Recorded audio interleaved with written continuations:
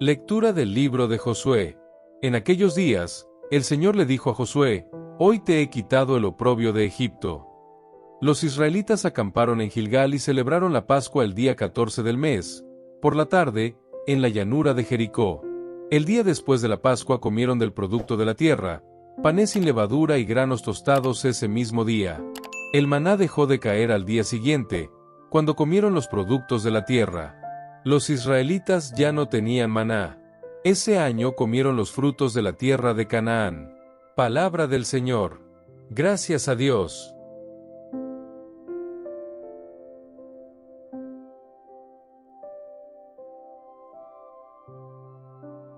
Lectura de la segunda carta de San Pablo a los Corintios.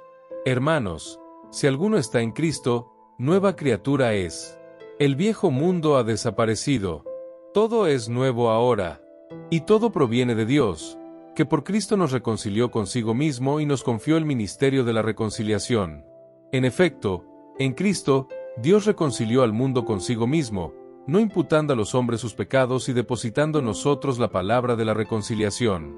Somos, por tanto, embajadores de Cristo, y es Dios mismo quien exhorta a través de nosotros.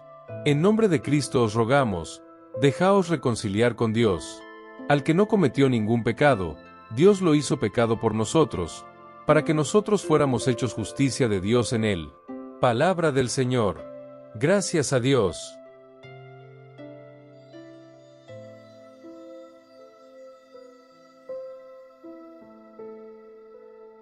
Proclamación del Evangelio de Jesucristo según San Lucas. Gloria a ti, Señor. En aquel tiempo, publicanos y pecadores se acercaban a Jesús para escucharlo. Sin embargo, los fariseos y los maestros de la ley criticaron a Jesús. Este hombre recibe a los pecadores y cena con ellos. Entonces Jesús les contó esta parábola. Un hombre tenía 2 hijos. El hijo menor dijo a su padre: Padre, dame mi parte de la herencia. Del lugar, que lo envió a su campo a cuidar los cerdos, el niño quiso matar de hambre la comida que comían los alimentos, pero ni siquiera eso. Entonces cayó en sí mismo y dijo: ¿Cuántos empleados de mi padre tienen pan? Y yo aquí, volveré con mi padre y le diré: Padre, y volvió a. Cuando aún estaba lejos, su padre lo vio y sintió compasión. Corrió a su encuentro, lo abrazó y lo cubrió de besos. Entonces el hijo le dijo: Padre, he pecado contra Dios y contra ti. Ya no merezco que me llamen hijo tuyo. Pero el padre dijo a los sirvientes: Traigan rápidamente la mejor túnica para vestir a mi hijo. Y puso un anillo en su dedo y sandalias en sus pies. Traed un ternero gordo y matadlo. Hagamos un festín. Porque este hijo mío estaba muerto y ha vuelto a vivir, estaba perdido y ha sido encontrado. Y empezó la fiesta. El hijo mayor estaba en el campo. Cuando regresó, cerca de casa, escuchó música y sonidos de baile. Luego llamó a uno de los sirvientes y le preguntó qué estaba pasando.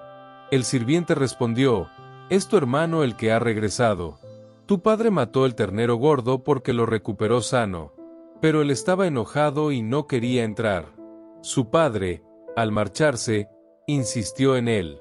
Él, sin embargo, respondió a su padre: He trabajado para ti durante tantos años que nunca he desobedecido ninguna de tus órdenes.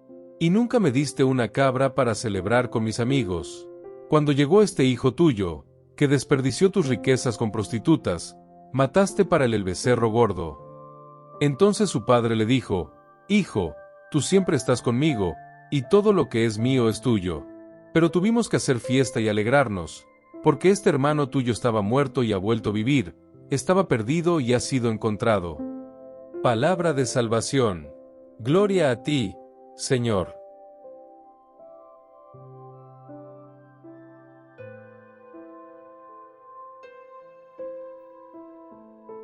Mis queridos hermanos y hermanas, qué alegría estar aquí con ustedes, reunidos para un momento más de reflexión, oración y, sobre todo, de encuentro con la palabra de Dios. Hoy quiero comenzar con una pregunta simple pero profunda. ¿Quién de nosotros no ha cometido un error, un fracaso, una elección que nos llevó a alejarnos de algo o de alguien que amábamos? Y, lo más importante, ¿quién de nosotros no ha sentido el peso del anhelo y el dolor del arrepentimiento cuando nos damos cuenta de que nos hemos alejado?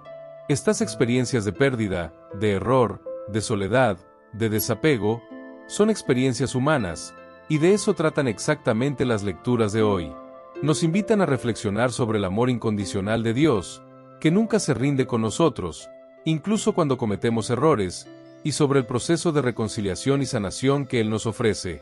La primera lectura, del libro de Josué, nos sitúa en un momento crucial de la historia del pueblo de Israel. Después de cruzar el Jordán, finalmente llegaron a la tierra prometida. Pero antes de entrar a la tierra de Canaán, había algo importante que hacer: la circuncisión, símbolo de la alianza entre Dios y el pueblo. ¿Qué nos enseña esta práctica? Significa que el pueblo de Dios no solo necesita un nuevo comienzo, sino también un nuevo corazón. Josué, como líder, anuncia el fin de la humillación de Egipto y la entrada a la tierra prometida, donde se cumple la promesa de Dios. En Josué 5, 9-10-12 leemos: «Hoy os he quitado la deshonra de Egipto». Y el pueblo se estableció en Gilgal, en la orilla oriental de Jericó.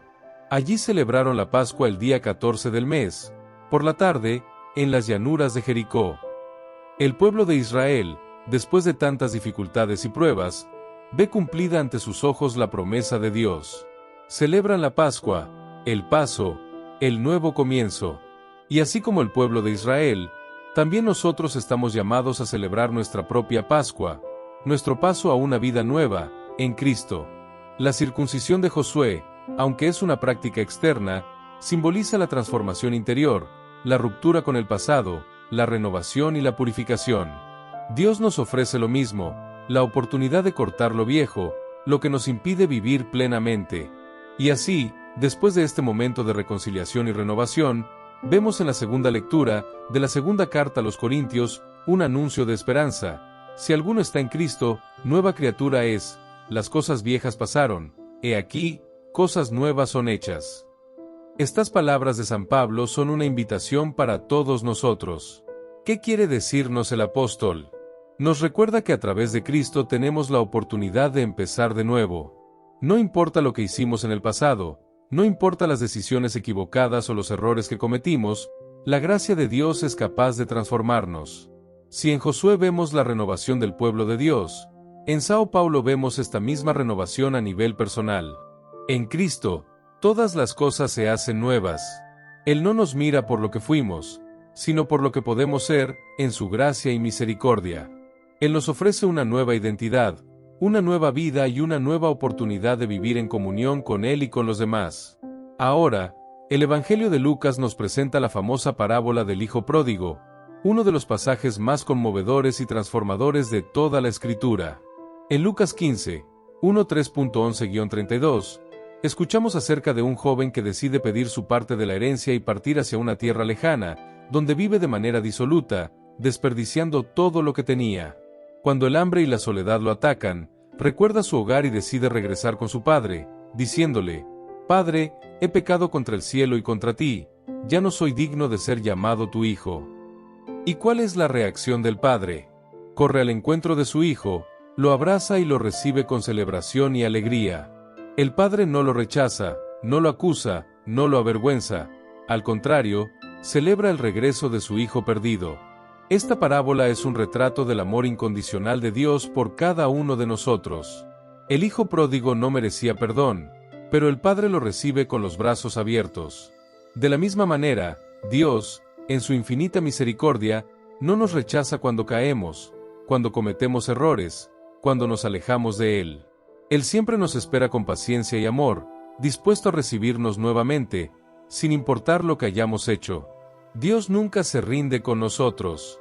Él siempre nos da una nueva oportunidad para empezar de nuevo. Pero la parábola no se limita a esta historia de reconciliación. También habla de su hermano mayor, quien se niega a unirse al partido y se queja de que nunca recibió una celebración por ser fiel. El hermano mayor representa a quienes, a veces, se sienten superiores, a quienes no pueden comprender el inmenso amor y la misericordia de Dios hacia quienes han cometido errores. Y aquí viene una lección importante: Dios nos llama no solo a ser perdonados, sino a perdonar. Si hemos sido reconciliados con Dios, debemos ser también instrumentos de esta reconciliación en el mundo, acogiendo a los demás con el mismo amor y compasión con el que fuimos acogidos a nosotros. Y, así como el Hijo pródigo, todos podemos volver al Padre, por mucho que nos hayamos desviado, por mucho que hayamos cometido errores, Dios siempre está dispuesto a abrazarnos, purificarnos y darnos una nueva oportunidad. La historia del Hijo pródigo es una invitación a la reconciliación con Dios y con los demás. Ahora bien, mis queridos hermanos y hermanas, ¿qué mensaje tienen estas lecturas para nosotros hoy? En primer lugar, nos recuerdan la oportunidad de empezar de nuevo. Tal vez te sientas como el pueblo de Israel, atravesando un desierto de dificultades, o tal vez, como el Hijo pródigo, te has alejado de Dios, tomado decisiones que te alejaron de su camino. Pero hoy, así como Dios habló al pueblo de Israel, así os dice a vosotros: hoy os he quitado la deshonra. La Pascua, la renovación, es para todos nosotros. Dios nos da una nueva oportunidad, un nuevo comienzo. En segundo lugar, el mensaje de San Pablo nos enseña que, en Cristo, somos nuevas criaturas. El viejo se ha ido, ya llegó el nuevo. En Cristo podemos dejar atrás todo lo que nos separa de Dios y vivir según su gracia, con su misericordia. Y, finalmente, la parábola del Hijo pródigo nos invita a confiar en la inmensa misericordia de Dios. Nos acoge con alegría y nos ofrece la gracia de la reconciliación. Él siempre estará esperándonos, dispuesto a abrazarnos, perdonarnos y darnos una nueva oportunidad. Y, como el hermano mayor, estamos llamados a acoger y perdonar a quien, como el Hijo pródigo, regresa al Padre. Mis hermanos y hermanas, hoy es un día de gracia. Es un día en el que podemos reflexionar sobre las muchas oportunidades que Dios nos da para empezar de nuevo, para ser renovados en su misericordia.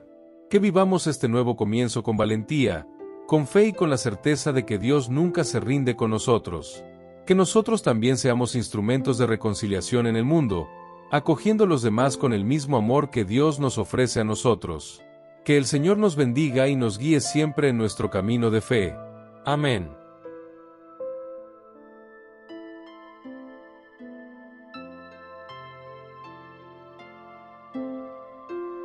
Santo Miguel Arcángel, defiéndenos en la batalla. Sé nuestro amparo contra la perversidad y las asechanzas del demonio.